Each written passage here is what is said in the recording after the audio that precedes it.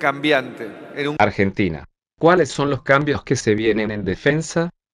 En una breve ceremonia realizada en el aeródromo de Campo de Mayo, el presidente Mauricio Macri anunció los pasos que conducirán a la reforma de las Fuerzas Armadas.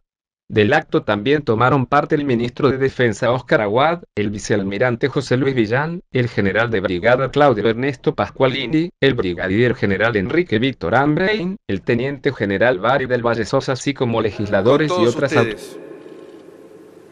Porque sabemos que es necesario avanzar en un debate genuino y sincero sobre la reforma del sistema de defensa de nuestro país.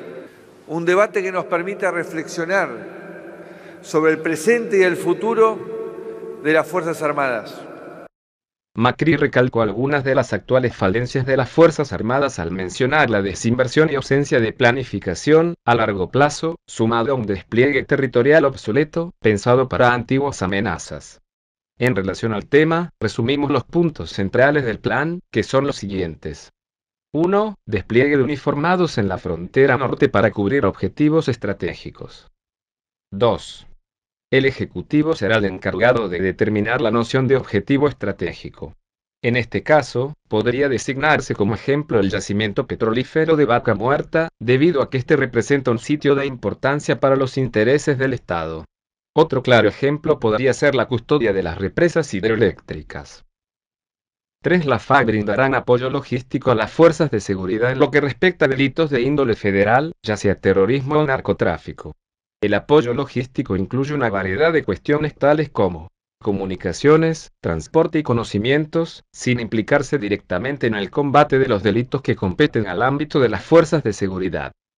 4. En el nuevo documento se deroga el decreto 727-16 dispuesto por Nilda Garré, el cual establecía que los militares tan solo podían actuar ante un ataque externo. Con la nueva normativa, las agresiones no quedan limitadas a las acciones de un Estado, sino más bien que las amenazas pueden provenir de otros grupos delictivos tales como terroristas, bandas abocadas al crimen organizado o al narcotráfico. 5. Además de lo detallado, se prevé la creación de los comandos conjuntos operativos permanentes, mediante los cuales podría dividirse al país en 3 áreas geográficas: norte, centro y sur, tal y como se llevó a cabo durante el conflicto Las Malvinas.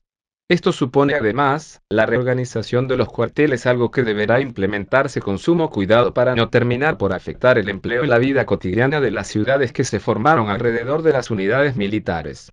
A modo de cierre, pero no menos importante, el presidente aclaró que la transformación no es fácil, que los cambios profundos nunca lo son y que se necesitará consenso para alcanzar políticas de largo plazo.